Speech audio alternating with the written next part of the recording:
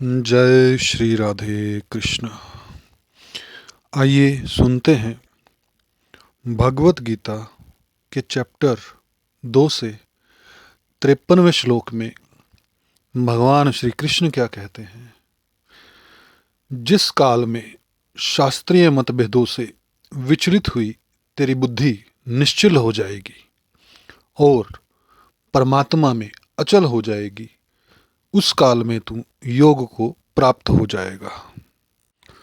श्लोक 54 में अर्जुन भगवान श्री कृष्ण को कहते हैं कि हे केशव, परमात्मा में स्थित स्थिर बुद्धि वाले मनुष्य के क्या लक्षण होते हैं। वह स्थिर बुद्धि वाला मनुष्य कैसे बोलता है, कैसे बैठता है और कैसे चलता है, अर्थात व्यवहार करता है, ये बताइए।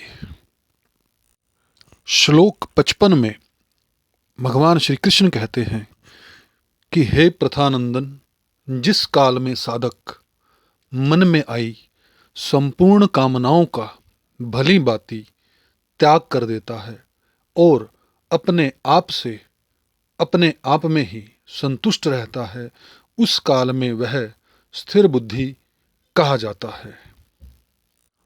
श्लोक 56 भगवान कहते हैं, दुखों की प्राप्ति होने पर जिसके मन में उद्वेग नहीं होता और सुखों की प्राप्ति होने पर जिसके मन में स्पृहा नहीं होती, तथा जो राग, भय और क्रोध से सर्वथा रहित हो गया है, वह मननशील मनुष्य स्थिर बुद्धि कहा जाता है। श्लोक 57 में भगवान कहते हैं, सब जगह आसक्ति रहित हुआ जो मनुष्य है, उस शुभ अशुभ को प्राप्त करके न तो प्रसन्न होता है और न द्वेष करता है, उसकी बुद्धि स्थिर है। श्लोक 58 में भगवान कहते हैं, जिस तरह कछुआ अपने अंगों को सब ओर से समेट लेता है, ऐसे ही जिस काल में यह कर्मयोगी इंद्रियों के विषयों से इंद्रियों को सब प्रकार से हटा लेता है, तब उसकी बुद्धि स्थिर हो जाती है।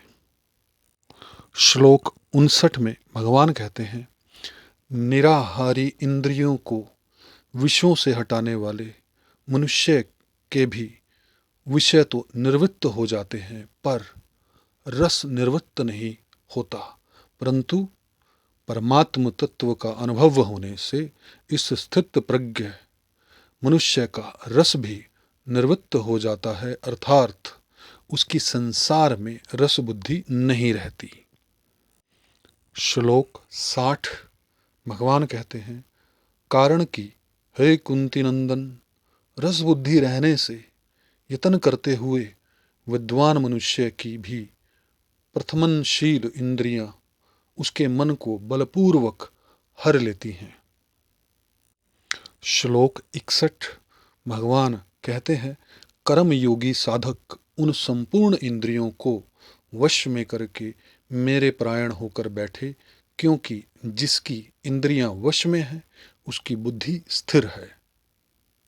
श्लोक 62 और 63 में भगवान कहते हैं, विषयों का चिंतन करने वाले मनुष्य की उन विषयों में आसक्ति पैदा हो जाती है, आसक्ति से कामना पैदा होती है, कामना से बाधा लगने पर क्रोध पैदा होता है, क्रोध होने पर सम्मोह मूढ़ भाव हो जाता है, सम्मोह से स्मृति भ्रष्ट हो जाती है, स्मृति भ्रष्ट होने पर बुद्धि विवेक का नाश हो जाता है, बुद्धि का नाश होने पर मनुष्य का पतन हो जाता है।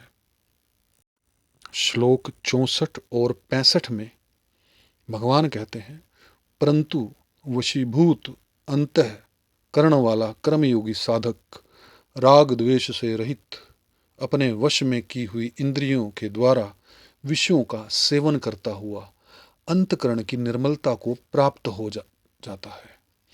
अंतःकरण की निर्मलता प्राप्त होने पर साधक के संपूर्ण दुखों का नाश हो जाता है और ऐसे शुद्ध चित्त वाले साधक की बुद्धि निस्संदेह बहुत जल्दी परमात्मा में स्थिर हो जाती है। इस वीडियो में इतना ही। जय श्री कृष्ण।